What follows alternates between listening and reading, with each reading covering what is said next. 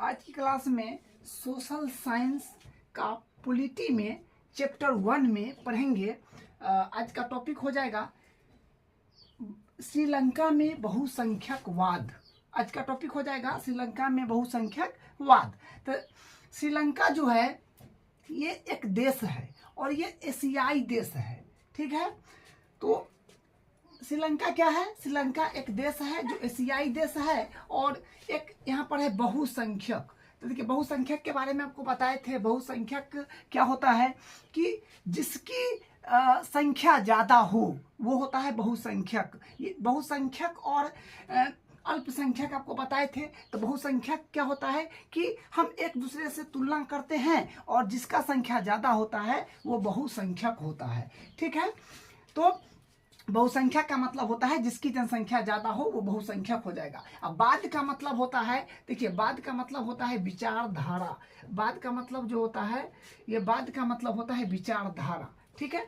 जैसे बहुसंख्यकवाद तो मतलब जिसकी संख्या ज्यादा हो उसका विचार वहां पर होगा, ठीक है। जैसे बोलते हैं गांधीवाद, मार्क्सवाद, संविधानवाद, पूंजीवाद, इस तरह से बोलते हैं ना। गांधी जी के गांधीवाद बोले, जैसे बोले गांधीवाद तो गांधी जी के अनुसार पूरे देश में शासन चले, गांधीवाद हुआ। जैसे बोले समाजवाद, समाज के अनुसार पूरे देश में शासन चले, ये समाजवाद होता है, ठीक है। जैसे यहाँ पर लिखा है बहुसंख्यकवाद, तो बहुसंख्यकवाद का मतलब हुआ कि जिसकी संख्या ज्यादा होगा उसी के अनुसार देश में शासन चलेगा, ठीक है।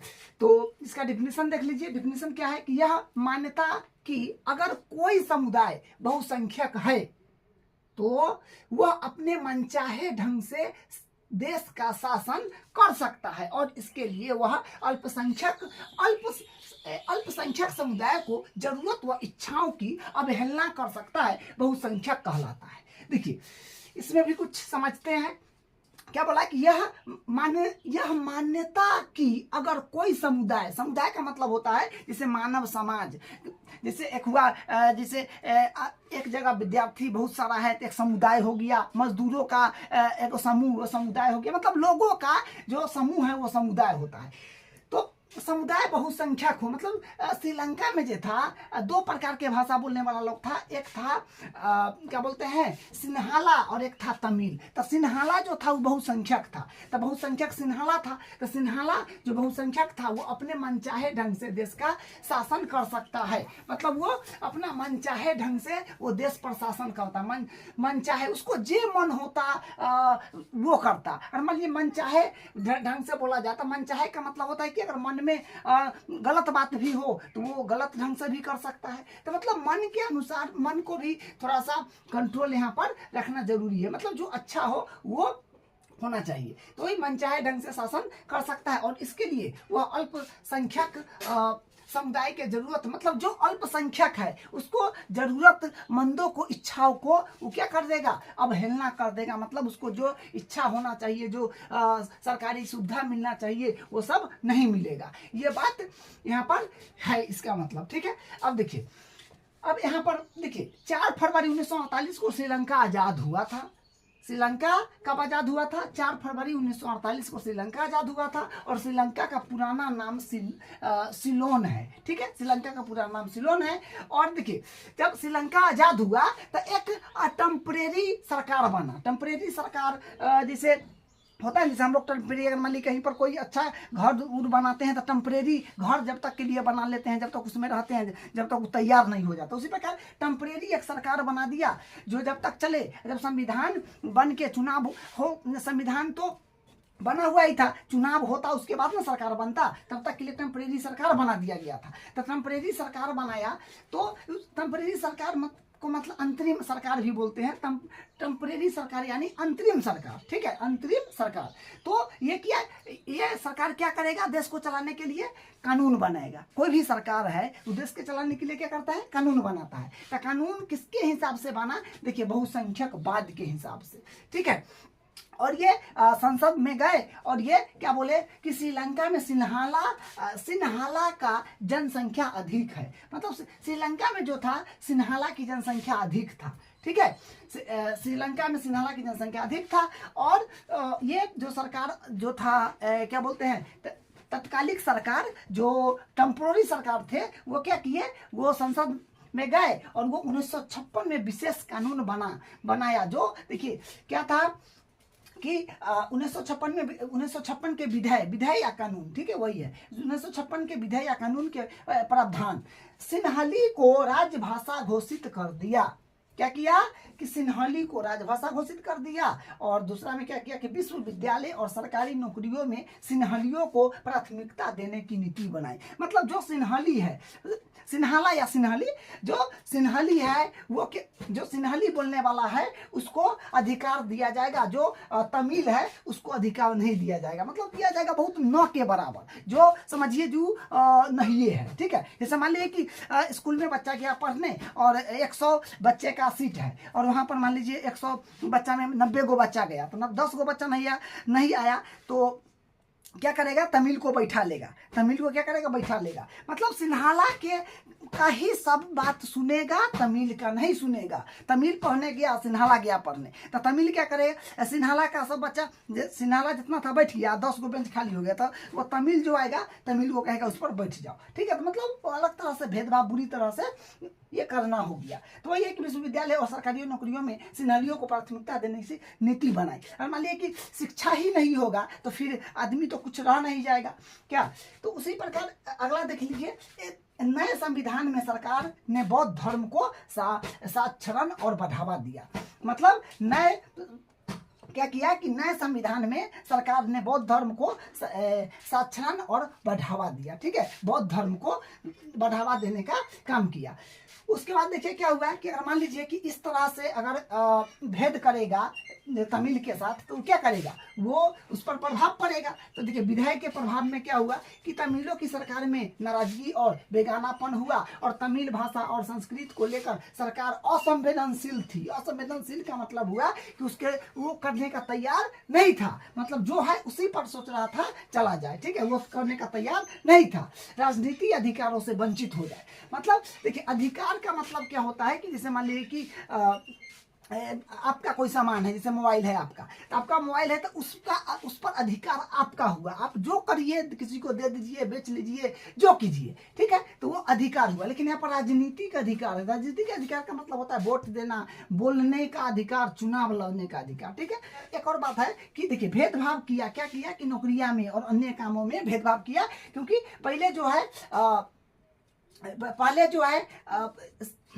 सिन्हाला जो है, पहले सिन्हाला का रोजगार नौकरी उसको मिलेगा, अगर थोड़ा बहुत सीट बचा तो तमिल को मिलेगा या नहीं मिलेगा, ये भी भेदभाव। तो उसमें क्या हुआ, गुस्सा आया, गुस्सा फूटा, तो वो अपना एक सरकार बनाया, मतलब एक अपना जो है क्या क्या राजनीतिक पार्टी बनाई, राजनीतिक पार्टी बनाई, जैसे मान जितना तमिल है सब तमिल एक हो गया था। एक सब हो जाने के बाद ताकत थोड़ा बढ़ता है। तो देखिए क्या किया, तमिल समुदाय की मांग बढ़ा, तो क्या तमिलों ने अपनी राजनीतिक पार्टी बनाई और सरकार से निम्नलिखित मांग की। जो पहला था, देखिए अपना जो है तमिल ने अपना पार्टी बना लिया, ठीक है, राजनीतिक पार्टी, और सरकार से मांग की कि तमिल की राजभाषा बनाने, मतलब तमिल को भी राजभाषा, ऐसा नहीं बोला कि तमिले सिर्फ राजभाषा होगा, ये बोला कि तमिल को भी राजभाषा बना दिया जाए। देखिए एक बात देखिए कि अपना भारत जो है एक अच्छा उदाहरण है कि भारत में 22 भाषा को मान्यता दिया गया है। 22 भाषा का मान्यता दिया गया है, तो मतलब 22 भाषा का मान्यता दिया था, आपको जो भाषा में आपको शिक्षा देना है दे सकते हैं।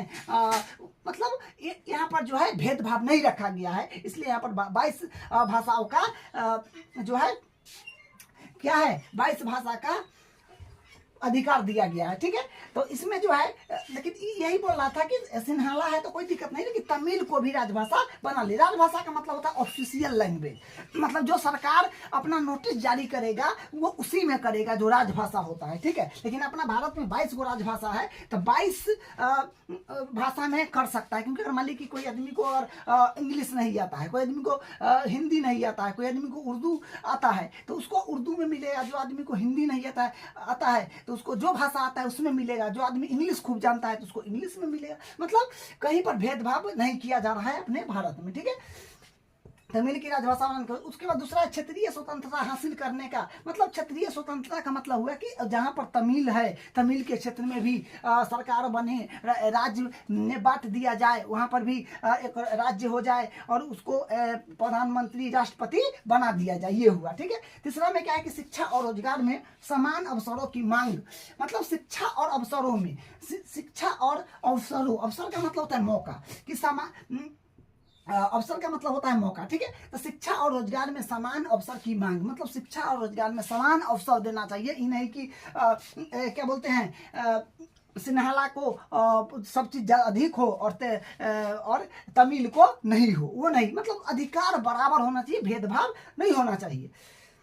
उसके बाद देखिए, तब इतना ये चीज जो है, ये इसका जो है जो मांग किया, उस मांग पर सरकार थोड़ा सा भी नहीं इस पर ध्यान दिया। ठीक है। तो नहीं ध्यान दिया तो इसमें गुस्सा फूटा। तो देखिए क्या किया, युद्ध करना शुरू कर दिया। क्या 1980 के दशक तक, दशक का मतलब होता है कि 10 साल का दशक होता है। जैसे यहाँ पर है 1980 है, तो माने 81 से मानिए 90 तक, 10 साल तक। ठीक है। 10 साल तक, 10 वही है 1980 के दशक तक उत्तर पूर्वी श्रीलंका में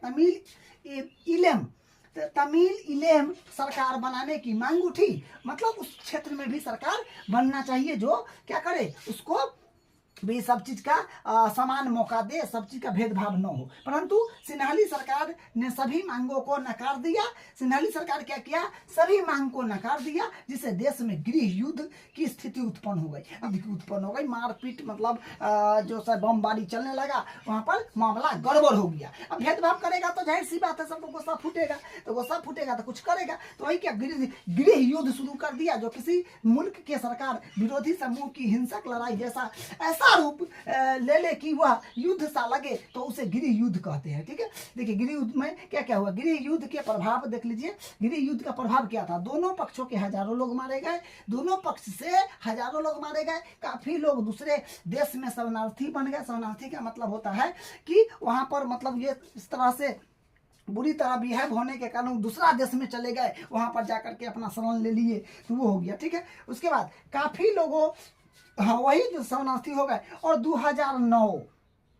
2009 में गृह युद्ध का अंत हुआ। तो गृह युद्ध का अंत हुआ 2009 में। तो ये अपना टॉपिक था श्रीलंका में बहुसंख्यक वाद। ठीक है।